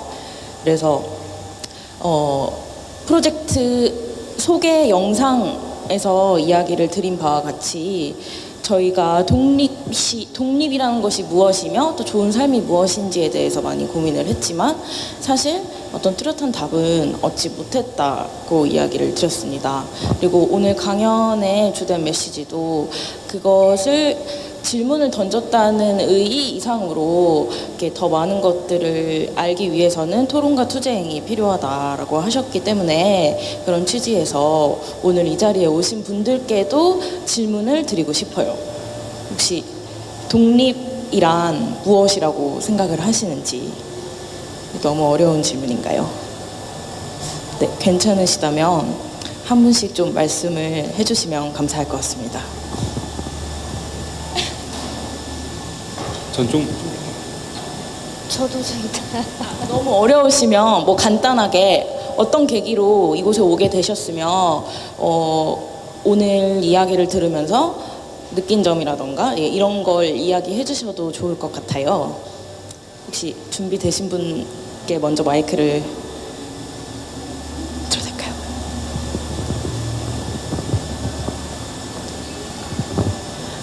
저는 청년을 둘의 엄마예요.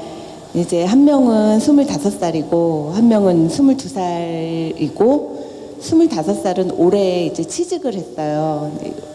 그동안은 이제 집에서 좀 뭐랄까 독립을 했으면 좋겠는데 좀 부모님은 우리 부부는 좀 걱정스러운 눈으로 보고 있었고 그 둘째는 군대를 나와서 이제 그 대학은 포기하고 돈을 벌겠다 이러면서 이제 지금 취직을 한 상태거든요. 근데 제가 요즘 이제 청년 생활 경제 상담사라는 어떤 그런 공부를 하고 있어요. 그래서 저희 두 아이들한테 어떤 이제 도움이 될 만한 부분이 없을까 하면서 이제 이 자리도 청년의 독립에 대한 어떤 그러니까 단순히 경제적인 어떤 부분이 아닌 다른 나라에 비해서 우리나라 청년들이 어떤 우리 사회의 어떤 시스템의 문제 때문인지 모르겠지만 그런 자립을 빨리 못하고 있잖아요. 제가 이제 알고 있기로는 서구에 있는 청년들은 20살이 되면은 다 어떤 부모로부터 정서적으로 경제적으로 독립을 해야 된다라는 어떤 그런 가를 가지고 있다라고 들었는데 저희 나라는 뭐 이제 여러 가지 사회적인 문제나 이런 것들 때문에 또 그렇고 그럴 수밖에 없다라는 지배적인 생각들이 이제 있거든요. 부모들 사이에서는. 그래서 그런 것들이 뭐 이렇게 작은 생각들이 모여서 어쨌든 그런 부분을 말씀하신 대로 뭐 투쟁이나 이런 데서 이제 한 번에 바꾸기는 쉽지 않지만 그런 생각들을 또 부모가 가지고 있어야 아이들하고의 어떤 대화라든지 이런 부분에서 변화시켜 나갈 수 있다라는 생각을 하고 있어서 좀 이제 좋은 그런 어떤 부분을 가치관이나 이런 생각들을 얻기 위해서 이 자리에 나왔습니다. 뭐 잠깐만 그 코멘트를 하자면요. 이게 뭐 위로가 될지 위로가 안 될지는 모르겠는데요. 그거는 좀 잘못 알고 계신 부분이 있는 것 같아요. 전 세계적인 현상이에요. 그 캥거루족이거든요. 지금 그러니까는 미국 쪽 이게 뭐 전 세계적이라서 제가 뭐 다 아는 건 아니고 그냥 그 북미하고 유럽을 주로 얘기하는 건데 뭐 일본도 마찬가지고 그러니까 한 30대 40대가 되더라도 계속 부모 집에 남아 있는 게 지금 어디 발달된 선진국 어디에서나 그게 문제가 되고 있고 이유는 간단해요. 집이 없어서 그래요. 집값이 너무 비싸서 우리랑 똑같습니다. 상황이 똑같고 그래서 나는 헬조선이라는 말 좀 그만했으면 좋겠는데 사람들이 헬조선 하면서 이게 나이라는 거 이렇게 보게 되면은 왜 다 어디서나 벌어지는 문제들이 우리나라만 헬 아니에요. 전 세계가 다 헬이에요 지금. 그래서 이제 이게 뭐 위로가 될지는 잘 모르겠고요. 제 생각에는 여기서 이 문제가 있어요. 청년들의 미래에 대해서 지금까지 했었던 태도는 뭐냐면은 부모가 다 해줄 게 아니면은 인생은 네가 사는 거야. 너는 외로운 늑대야. 둘 중에 하나예요. 태도가 부모님들이 자식을 대하는 태도가 그죠? 그러니까 우쭈쭈 하면서 그냥 계속 이렇게 자식한테 저걸 해주는 그런 아주 온정주의적인 태도를 가진 부모님이 있지 않으면은 두 번째 뭐냐면은 그야말로 호랑이 새끼 키우듯이 딱 몇 살 되면은 그냥 절벽에다가 이렇게 하는 두 가지 태도를 가지고 이게 젊은이들한테 어떤 결과를 남기느냐면은 그러니까 자기 인생을 바라볼 적에 그래 나는 외로운 늑대가 돼야 돼라고 하는 그런 태도하고 그 다음에 한없는 의타심하고 이 두 가지를 왔다 갔다 하게끔 하는 저거를 만들거든요. 그래서 제가 그걸 어디서 많이 느끼냐면은 요새 뭐 쇼미더머니 뭐 그런 게 있어요 텔레비에. 그래서 가사라고 이렇게 쭉 나오는 거 이렇게 제가 이거 보다가 느낀 건데, 야, 저런 생각을 하고 사는구나. 굉장히 많이 놀랐어요. 예. 그러니까 근데 여기서 이 두 가지 극단을 이내 사람이 가면은요 못 헤어나옵니다. 그러니까는 나는 외로운 늑대야 하루는 이랬다가 하루는 난 안 돼 막 이걸 왔다 갔다 하면은 무슨 답이 있겠어요. 다른 방법은 뭐냐면은 제가 보기에는 다른 청년들하고 협동할 수 있도록 만들 길을 터줘야 돼요. 그러니까 지금은 어쩌면 일자리가 창출되거나 경제가 나오거나 할 적에 경쟁이라고 하든가 이런 방식으로 되는 게 아니라 어느 만큼 다른 사람들의 능력과 욕구를 이해하고 서로 그거에 맞춰서 갈 수 있느냐에 따라 가지고 일자리가 생기는 게 지금 시대의 경제인데, 이렇게 혼자서 각자 도생한다 아니면은 누구한테 의지한다 여기를 왔다 갔다 하는 이 틀에서 계속 청년들 보고 노동시장 나가서 무조건 경쟁해서 네가 취직하든가 창업하든가 둘 중에 하나다 이렇게만 밀어붙이면은 답이 없을 겁니다. 제 생각에는 창업도 아니고 취직도 아니고 어떻게 보면은 협업이나 동업이 답이 될 수 있을 거예요. 그래가지고 지금 같은 상황에서 어떤 아까 말한 나는 혼자다 아니면은 나는 완전히 의지한다라는 이 두 개 상태 말고 다른 상태가 있다라고 하는 거를 리마인드 시키고 그쪽으로 나갈 수 있도록 이끌어 줄 수 있게 하는 게 좀 중요한 돌파구가 되지 않을까 저는 뭐 그런 생각이 듭니다. 예. 예. 반갑습니다. 저는 서울에 와서 이곳을 처음 와봤고요. 창원에서 올라왔거든요. 창원. 저희 딸이 여기서 일을 해서 그때 어제 수술을 했어요. 그래가지고 엄마 올라왔다 구경시켜준다고 해서 왔는데 뜻밖의 교수님이 좋은 얘기를 되게 너무 제가 궁금해하는 부분이 많아서 용기를 내서 지금 처음부터 얘기를 들은 건 아니에요. 금방 이렇게 보다가 얘기를 들었는데 제가 우연찮게 캐나다에서 3년을 살고 오는 일이 생겼었어요. 그래서 먼저 많이 배우고 왔다는 느낌이 들어서 요즘은 애들한테 많은 이제 제가 어드바이스 해줄 수 있는 기회가 많더라고요. 그래서 교수님 말씀대로 세계는 똑같은 것 같아요. 거기서 이민이 있어도 보면은 뭐 모텔, 부모가 하던 모텔, 세차장 뭐 그렇게 계속 생활밖에 할 수는 없더라고요. 예. 그래서 우리 딸은 공연 기획 쪽 일을 하고 있어요.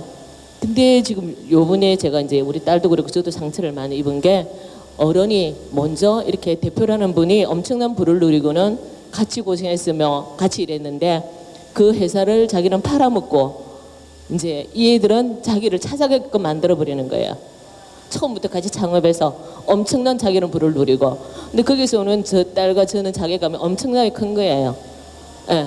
그래서 정말 우리 어른들이 어떤 사고방식으로 가지고 이 나라의 젊은이들이 국성이 많거든. 제가 애가 셋이에요.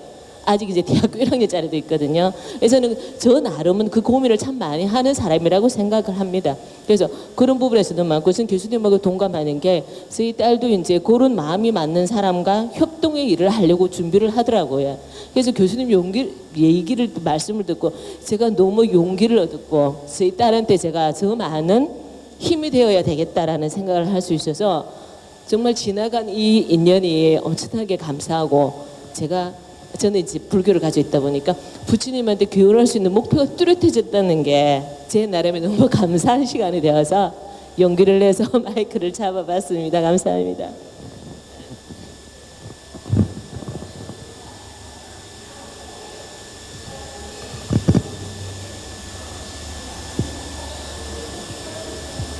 네, 아까 교수님께서 말씀하신 그 협업 저희 죄송한데요. 네. 저 교수 아닙니다. 맞습니다. 제가 네. 방금 듣고 네. 그 아까 말씀하신 그 협업과 동업이 이제 해결책이 될 수 있다고 이제 말씀하셨는데 그거에 대한 예시를 몇 가지 좀 들어주면 감사하겠습니다. 이 얘기를 하는 배경을 좀 말씀을 드릴게요. 제가 아까 청년의 독립하고 경제적인 문제하고 어떤 관련이 있는가에 대해서 좀 얘기를 사실 할까 했는데 뭐 시간적으로도 그렇고 오늘은 좀 때가 아닌 것 같아서 다른 때를 기약을 해야 되겠는데요. 조금 어려울 수도 있는데 정치 철학 얘기를 조금 할게요. 뭐냐면은 자유주의 얘기를 제가 좀 하겠습니다. 그러니까 뭐 아주 쉽고 그냥 허접하게 얘기할 테니까는 전혀 어렵지 않을 겁니다. 자유주의 철학이 가지고 있는 굉장히 중요한 매력은 뭐냐면요. 아까 말한 그 좋은 삶이란 무엇인가에 대한 답을 합의를 볼 수 없다는 데서 출발해요. 생각마다 다 다르다. 사람마다 다 다르다. 거기에 자유주의가 가지고 있는 굉장한 강점이 있고 해방적인 면이 있죠. 이를테면은 사람은 무조건 결혼해서 얘를 13을 낳는 것이 행복이야. 뭐 이걸 갖다가 모두에게 강요한다고 생각하세요. 얼마나 끔찍합니까? 그래서 자유주의라고 하는 거는 인생의 근원적인 문제, 좋은 삶이란 무엇인가에 대해서는 다 저마다 다른 답을 가지고 있고 그 다 저마다 다른 답을 추구할 수 있는 상태가 되어야 한다는 걸 이상으로 삼아요. 자, 그런데 이게 되려면 어떻게 되냐면요. 여기에 굉장히 중요한 전제가 따라오는데 돈이 있어야 돼요. 최소한 경제적으로 자립할 수 있어야 돼요. 그래서 존 로크라고 하는 사람이 리버티를 이야기할 때, 그 자유라고 하는 것을 이야기할 때 자유에 3가지 요소가 있다고 그랬는데, 첫 번째는 목숨, 신변의 안전이 보장이 돼야 되겠죠. 두 번째는 리버티, 이건 뭐냐면은 생각과 행동의 자유가 보장이 돼야 된다는 얘기를 했고, 세 번째가 뭐냐면 프라퍼티예요. 먹고 살 수 있는 자기 땅, 그 당시는 농경사회였으니까 땅을 얘기하죠, 주로. 농사지어서 갈아먹을 수 있는 경제적으로 자립자족, 작업자족할 수 있는 그 요소까지를 가지고 있어야 사람이 자유로워질 수 있다, 이런 얘기예요. 그러니까 오늘 청년의 자유와 독립이라는 얘기를 하면서 경제적인 문제가 빠질 수 없는 이유가 그렇습니다. 내가 지금같이 어떤 그 무엇이 좋은 삶이냐에 대한 어떤 집단적인 합의가 나올 수가 없고, 또 있다 하더라도 내가 나의 다른 답을 가지고 있고 다른 답을 가지고 살고 싶다라고 하는 독립의 상태를 살고 싶다면은 내 스스로 내 물질적인 생활을 영위할 수 있는 재산이 있어야 되잖아요. 그죠?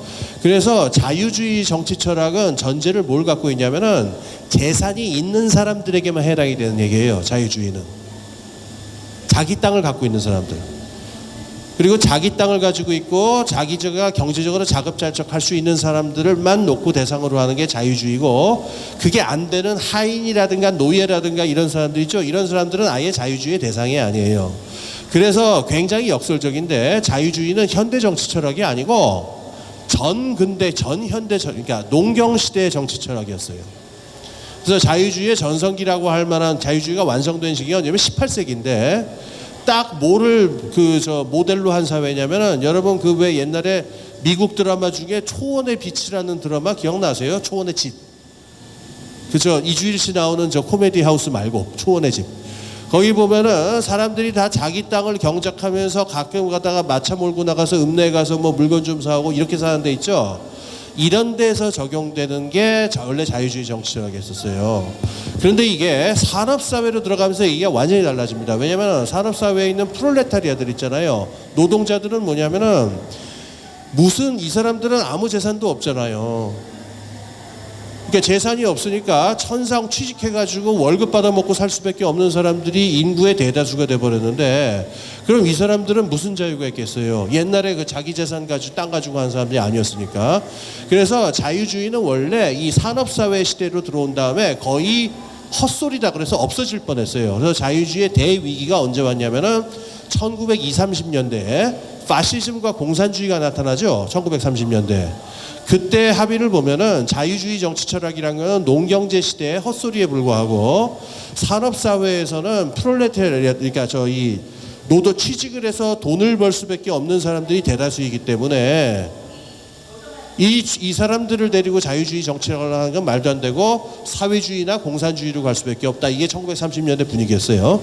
그런데 20세기 후반에 들어서 자유주의가 다시 살았는데 비결이 뭘까요? 완전 고용 덕분이에요. 완전 고용. 노동시장. 그러니까 옛날에 미국의 18세기에 있는 미국 농민들이 땅이 워낙 많으니까 부지런하기만 하면 누구든지 말 몰고 나가서 땅을 새로 개간해가지고 자기 재산을 만들 수가 있었잖아요. 그 식으로 경기가 좋고 경제 성장이 항상 되고 경기가 좋아가지고 노동시장에서 항상 일자리가 생겨서 완전 고용 상태가 되면은 누구든지 열심히 일할 의지만 있으면은 취직이 될 수 있어야 되고, 또 취직된 사람은 누구든지 자기와 자기 가족을 경제적으로 건사할 수 있는 상태가 된다. 그러면 옛날 각자 알아서 살고 싶은 대로 살아도 되겠죠. 그죠?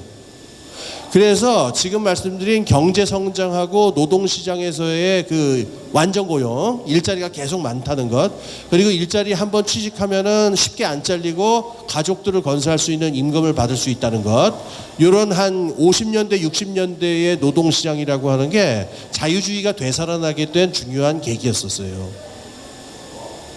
그래서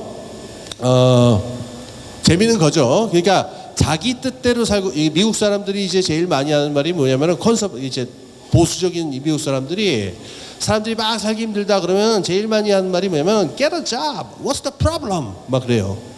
일자리 잡으면 될 거 아니냐고. 일자리 잡고서 일하면 다 문제 해결되는 거지. 왜 도대체 불평불만들이 많으냐. 열심히 일하면 문제 다 해결되는데, 이런 얘기들 많이 해요. 근데 이게 뭘 전제로 하는 거냐면은 5, 60년대 노동시장 있죠. 한창 경제성장이 어느 나라에서나 벌어지고 일자리가 계속 생겨나고 등등등등 할 때, 요때가 되면 이제 자유주의 정치철학이 성립을 하는데, 문제는 어떻게 되냐면은 지금처럼, 지금 우리나라만 그런 거 아닙니다. 전 세계 어디서나 경제성장률은 2%를 에서 헤매고 있고, 청년 실업률은 30%를 다 넘고 있고, 실질적인 실업률은 대충 한 10% 정도를 왔다 갔다 하고 있고, 만성적 장기적 실업이 나타나는 건 어디서나 마찬가지고, 실업률 숫자가 낮게 나타나는 나라들이 있어요. 미국이나 독일 이런 데는 알고 보면 일자리 질을 보면은 언제 잘릴지 모르는 한심한 일자리들, 긱잡이라고 그러는 게 많고, 이런 상황에서는 어떻게 되냐면은 자유주의 정치 철학이 성립을 하겠어요, 안 하겠어요? 안 하겠죠. 그러니까 내가 믿는 대로, 내가 죽고 싶은 방식대로, 내가 출산하고 싶은 방식대로, 내가 뭐 가족을 이루고 싶은 방식대로 내가 살겠다라고 말할 수 있으려면은 최소한 내가 나의 물질적인 생활을 내가 영위할 수 있는 자율성이 있어야 되는데, 노동시장이 현재와 같은 상태가 되면은 그 가능성은 점점 줄어들어요. 그러면은 사회는 점점 뭐랑 비슷해지냐면은 농노 사회랑 거의 비슷해져요. 자유주의가 절대로 뿌리를 내릴 수 없는 사회가 있는데, 그러니까 19세기 말에 남미 같은 사회입니다. 또는 옛날 필리핀 같은 사회. 뭐냐면은 인구의 한 80%는 농노이거나 노예고, 인구의 한 5%가 토지의 한 80%를 다 차지하고 있는 상태 있죠. 이때는 자유민이라는 게 있을 수가 없어요. 이러면은 자유주의 정치 철학에서 그 다음 단계는 뭐가 되겠어요? 혁명이에요, 그냥. 이 자유주의에서도 혁명이 나오는데, 공산주의 혁명이라고 하는 거는 뭐 사유재산을 철폐하고 이걸 재산을 다 뺏자 뭐 이런 뭐 그런 건지 모르겠으나, 자유주의에서 벌어지는 혁명은 어떤 거냐면요, 사람들이 자기의 자율적인 삶을 사는데 필요한 최소한의 물질적인 안녕까지 그 위협당하는 상태다. 대토지 소유 때문이라든가, 프랑스 혁명 전과 같은 지독한 가렴주라든가 이런 것 때문에 개인적인 경제적인 자존, 그리고 경제적인 자립이 불가능하게 된 상태가 되면요, 자유주의적인 인인 이상을 위해서 사회 경제적인 혁명이 일어날 가능성이 있어요. 지금 불평등 문제를 놓고 지금 좌파들만 걱정을 하고 있는 게 아니라 우파들도 걱정을 많이 하고, 좀 깨인 부자들, 워렌 비티는 영화 배우죠.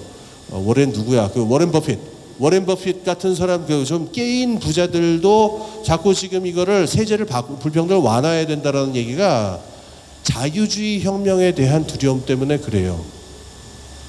지금 이 문제가 나타나는데, 그래서 질문 중에 저게 있었습니다.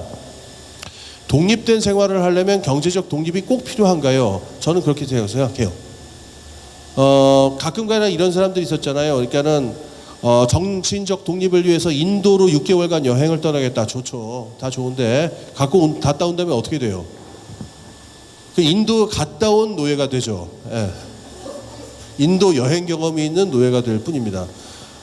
그래서 반드시 이 자신이 원하는 라이프 스타일을 유지하기 위해서는 자기 힘으로 자기의 경제적 생활을 어떤 식으로든 돌파하겠다라는 것하고 절대로 떨어질 수가 없습니다. 그러니까 사실 뭐 저 개인적인, 밖에 나가서 말하지 마시고, 제가 개인적으로 학계를 떠나서 어떻게 됐냐면은 그 먹고 살기 힘들 때가 굉장히 많은데, 학계를 떠난 이유는 뭐냐면은 제가 학계에 남아있어서 밥벌이를 그 방식으로 했다가는 도저히 제가 원하는 방식으로 못 살겠더라고요. 그래갖고 그냥 뛰쳐나오게 되는 건데, 어쩔 수는 없습니다. 그냥 같이 가야 되는데. 근데 이렇게만 말하면은 꼭 자기계발서처럼 말하고 끝난 것 같으니까 그 돈은 벌어라 이러니까 한마디만 좀 덧붙일게요.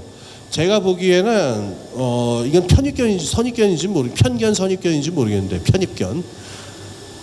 너무 많은 청년들이 너무 많은 액수를 필요로 하는 것 같아요. 그 정도로 필요 없어요. 독립하는데. 왜 그러냐면은 독립한 생활 습관은 어떠냐면요. 독립한 생활 습관에 좋은 게 하나 있는데 능력하고 역량 개발을 필연적으로 가져오게 돼 있어요. 그래가지고 단기적으로는 굉장히 뭐라고 그럴까 돈 안 되는 생활 습관일지 모르겠는데 시간이 지날수록 그게 어떠냐면은 유형 무형의 자산이 돼가지고 수익을 창출하는 일들이 장기적으로 벌어져요. 그래서 처음 시작할 때부터 이런 정도는 갖추고 시작을 해야 된다라는 생각은 안 하는 게 나아요. 그래가지고 그렇게 한번 따지고 보면은 정말 내가 물리적으로 내가 원하는 독립을 얻기 위한 물리적 최소한이 얼마인가를 갖다가 냉철하게 계산을 하면은 그 영어 표현에 ridiculous low라는 표현이 있죠. 말도 안 되게 적은 액수라고. 그런 액수들이 보통 나와요. 뭐 농담으로 하는 말이지만 이런 방법도 있는데 그 아파트에 내 아는 사람 중에 그런 사람이 있어요. 그 아파트 잔디밭에 보면은 무쳐 먹을 수 있는 풀들이 있어요. 그런 거 해서 먹는 사람도 있고 뭐 그래요. 그러니까 근데 뭐 그 지경까지 갈 거를 생각하는 건 아니고 그러시라는 얘기도 아니지만은 정말로 독립을 한다라고 하는 거는 굉장히 강해져야 된다는 걸 뜻하고 굉장히 강해지기로 마음을 먹은 상태에서 분명히 경제적인 물질 필요합니다. 돈 필요한데 필요한 액수는 여러분이 생각하신 것보다 굉장히 적어요. 제가 경험해 보기로. 예. 더 질문하실 내용 있으신지. 네, 시간이 얼마 남지 않아서 한 분에서 두 분 정도만 더 질문을 받아볼 수 있을 것 같습니다.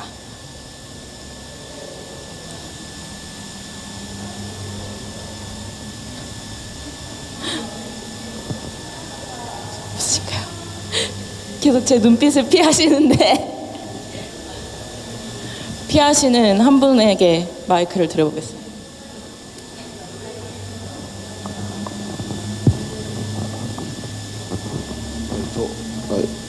저는 오늘 거래처 그 결혼식을 갔다 오면서 그냥 잠깐 들리면서 여기 왔는데요. 원래 오려고 해마다 왔는데 저는 이제 지금 원래 미디어 아트를 전공을 하고 이제 34살에 이제 대학원을 졸업하고 나서 독립을 못했어요. 그러니까 프리랜서로 일하면서 그리고선 이제 지금은 그렇게 하다가 회사를 지금 운영하고 있는데 회사를 운영하면서 이제 독립한 게 작년이거든요.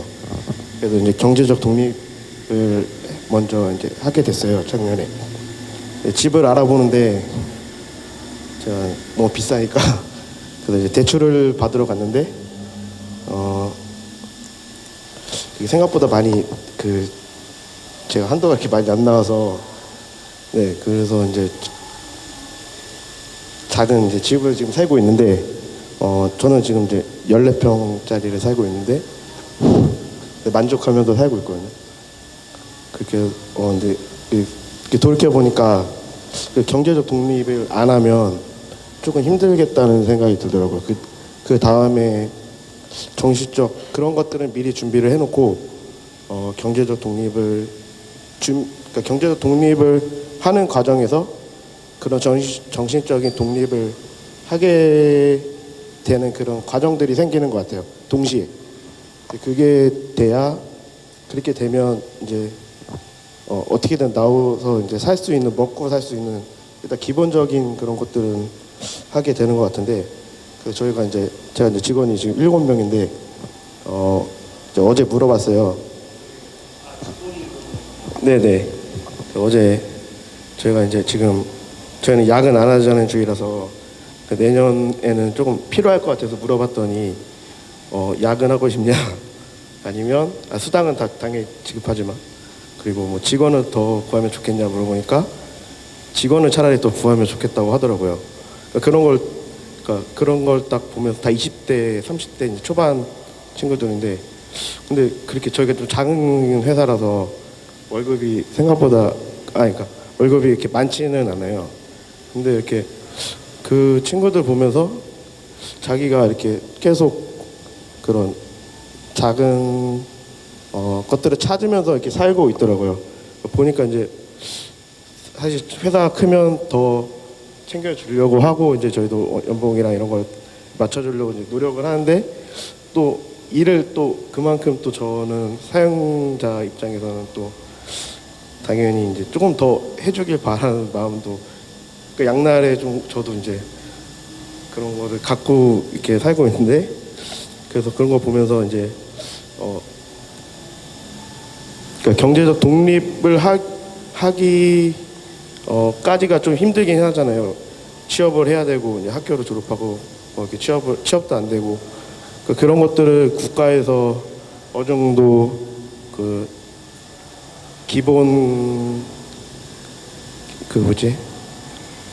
기본권을 보장할 수 있는 그런 경제적인 그런 것들을 좀 지원을 더 많이 할 수 있는 그런 정책들이 좀 많이 나왔으면 좋겠어요. 그러면 조금은 버틸 수 있는 힘이 생기지 않을까라는 생각이 들어서, 예, 일단 그냥 제 질문은 아니고 그냥 말씀드렸습니다. 제가 말씀하신 거에 덧붙일 게 많지는 않고, 그냥 하나 그런 얘기를 좀 해보고 싶은데, 그냥 기본소득에 대한 얘기가 이게 많잖아요, 요즘. 저는 기본소득을 찬성하는 편인데, 기본소득 워낙 버전이 여러 가지가 있어갖고 제가 아주 싫어하는 것들도 있고 아주 찬성하는 것도 있고 막 그래요. 근데 지금 말씀하신 것하고 관련해서 제가 생각하기에 기본소득이 갖는 의미는 뭔 것 같으냐면요, 우선 제가 생각하기에 우선 말도 안 된다고 생각하는 기본소득 버전은 뭐냐면은 사람들의 소득을 사회가 책임져야 된다는 얘기는 저는 말도 안 된다고 생각하는 편이고, 근데 누구에게나 소득이 돌아가야 되는 부분이 왜 있느냐면은 제가 보기엔 활동자금이라는 의미인 것 같아요. 그러니까 지금 말씀하신 대로 20대에 있는 사람들, 20대 특히 이제 청년들 같은 경우도 그렇고, 청년이 아니라 뭐 40, 50대도 마찬가지인데, 지금 노동시장도 워낙 불확실하고 불안정하고 파편화돼 있고 계속 변해가고, 그 다음에 사회 제도라든가 사회의 어떤 생활 습관도 계속 변해가고 이런 상황이기 때문에 일률적으로 어떻게 답을 줄 수 없는 경우가 너무나 많습니다. 사람들의 그 삶의 패턴에 따라서. 근데 그렇다고 해가지고 그냥 내려놓으면 어떻게 보면 각자 도생돼버리고 그냥 각자만 이렇게 돼버리는데, 여기에서 한번 미끄러지거나 힘들어지면은 다시 일어나기 힘들어지도 쉬웠고 너무 비효율이 많거든요. 이런 경우에 이걸로 무슨 생활을 책임져, 나라가 무슨 개인의 생활을 책임진다는 의미가 아니라, 이럴 때 사람들이 더욱더 적극적으로 자기에게 주어진 상황과 조건에 맞게 더 능동적으로 적응하고 준비하기 위해서는 활동자금이 좀 필요하잖아요. 그 활동자금에 필요하는 만큼 정도씩은 사회가 배당으로 주는 게 맞지 않은가, 저는 그런 의미에서 기본소득이 있었으면 좋겠어요. 그래서 아주 이상적으로는 이제 보통 GDP, 1인당 GDP의 한 4분의 1? 그러니까 우리나라 돈으로 계산하면 어떻게 되냐면은, 우리나라 1인당 GDP로 4분의 1이면은 개인 한 사람당 월 한 57만 원 이 정도 돈이 되거든요. 만약에 우리나라 한 20대에 있는 분들한테 월 57만 원 가지고 살려고 그러면은 그 돈만 갖고 살기 힘들죠. 아까 같이 그 아파트 풀밭에 있는 그걸 무쳐 먹지 않는 한 58만으로 살 수는 없는데, 그렇다고 무시할 수 있는 돈은 아니잖아요. 치맥 몇 번으로 날려버릴 그런 돈은 아니니까, 이걸로 유의미한 어떤 활동의 어떤 발판으로 삼을 수 있는 그런 돈이 되는데, 58만 원이면 너무 세다 싶으면은 좀 확 줄여서 한 10만 원쯤이라도 해가지고, 기본소득에, 그러니까 청년들이 지금 말씀하신 대로 청년들이 지금 자기들의 어떤 삶의 여러 가능성을 놓고 일을 더 할 것이냐, 여가를 더 가질 것이냐 등등 해서 많은 실험을 해보고 여러 가지를 해봐야 되는데, 좀 그런 걸 할 수 있는, 마음 놓고 할 수 있는 여지를 주려면은 그 사회가 그런 활동 자금을 보조한다는 의미에서 그런 기본소득이나 그에 해당하는 그런 자원들을 청년들에게 좀 제공하는 게 중요하지 않은가 저는 뭐 그런 생각이 듭니다. 예. 네. 혹시 정말 마지막 기회 오늘 오셔서 하고 싶은 말씀이 있으시다 하신 분 계시면 네. 다들 제 눈빛을 피하는 것으로 보아 안 계신 것 같습니다. 예. 이상으로 저희가 오늘 준비한 토론회는 마치려고 해요. 근데 조금 늦게 오셔서 지금 이게 뭐 하는 건지 모르시는 분들이 있을 것 같아요. 그래서 저희 프로젝트 소개를 담은 영상을 마지막으로 한 번 더 보여드리려고 합니다. 네. 이렇게 오늘 비도 많이 내리는데 먼 길 와주신 분들 너무 감사하고요. 그리고 혹시 약간 수줍어서 말씀을 많이 못하셨다, 이렇게 조그만 공간에서 이야기를 나누면 충분히 더 이야기를 하실 수 있다 하시는 분은 저 왼쪽 뒤편을 보시면 저 천막 안에서 게릴라 토론회가 또 30분 동안 이어질 예정입니다. 그래서 예, 영상 보시고 저쪽으로 가셔서 좋은 삶에 대한 이야기를 더 함께 나눠보기를 바라겠습니다. 예, 오늘 와주셔서 정말 감사합니다.